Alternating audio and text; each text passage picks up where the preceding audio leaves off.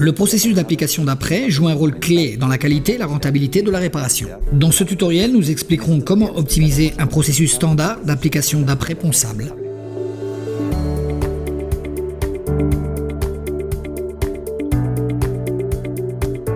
Nous devons tout d'abord procéder à une évaluation correcte de la surface à réparer. En fonction de la taille et du type de défaut, nous choisirons un apprêt adapté. En général, nous opterons pour un apprêt qui offre un excellent équilibre entre vitesse de séchage, facilité de ponçage, pouvoir couvrant et polyvalence sur différents supports.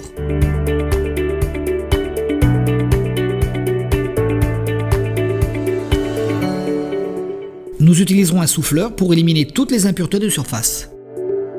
Nous devons ensuite nettoyer et dégraisser la surface en veillant à éliminer tout type de substance qui pourrait compromettre le bon comportement de l'apprêt. Un mauvais nettoyage de la surface de la pièce entraînera des problèmes d'ancrage et d'adhérence de l'apprêt. Choisir la bonne teinte de l'apprêt en fonction de la couleur indiquée dans le logiciel sera essentiel pour améliorer le pouvoir couvrant et la productivité de la réparation.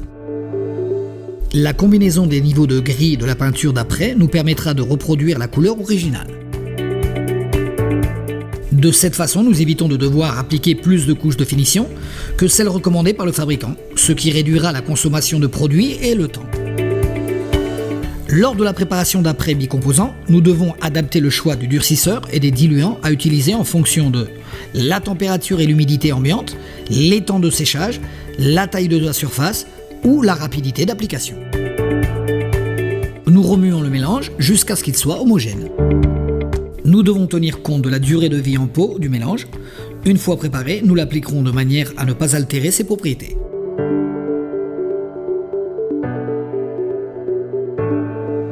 Nous choisirons un pistolet avec une tête et une buse de fluide adaptés aux caractéristiques de cette peinture en réglant la pression et le débit du produit en fonction des indications de la fiche technique.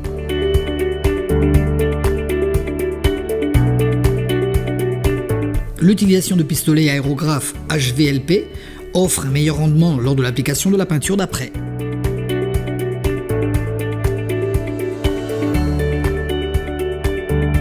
Si les défauts à réparer sont situés dans des zones différentes, il est conseillé d'appliquer l'après sur l'ensemble de la pièce.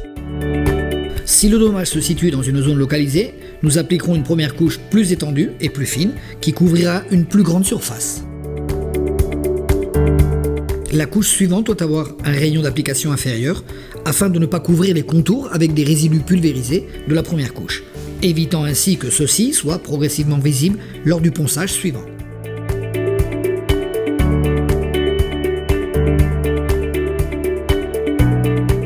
Lors du processus de séchage de l'apprêt, nous devons tenir compte d'aspects tels que la température et l'humidité ambiante, la quantité de diluant utilisé dans le mélange ou la charge de produit appliqué. Nous devons attendre le temps nécessaire pour que le diluant finisse de s'évaporer et ne soit pas emprisonné. La méthode de séchage de l'apprêt aura une incidence sur le temps consacré, selon que le séchage se fasse à température ambiante ou par séchage forcé. En cabine, à l'aide de lampes infrarouges. Un ponçage adéquat permettra d'obtenir une bonne finition finale en termes d'adhérence et d'esthétique. En suivant ces conseils, nous optimiserons le processus d'application de l'apprêt et par conséquent la qualité finale de la réparation. Lors du ponçage de l'apprêt, nous choisirons le grain du papier à poncer à utiliser en fonction de l'épaisseur de la couche et du système de finition.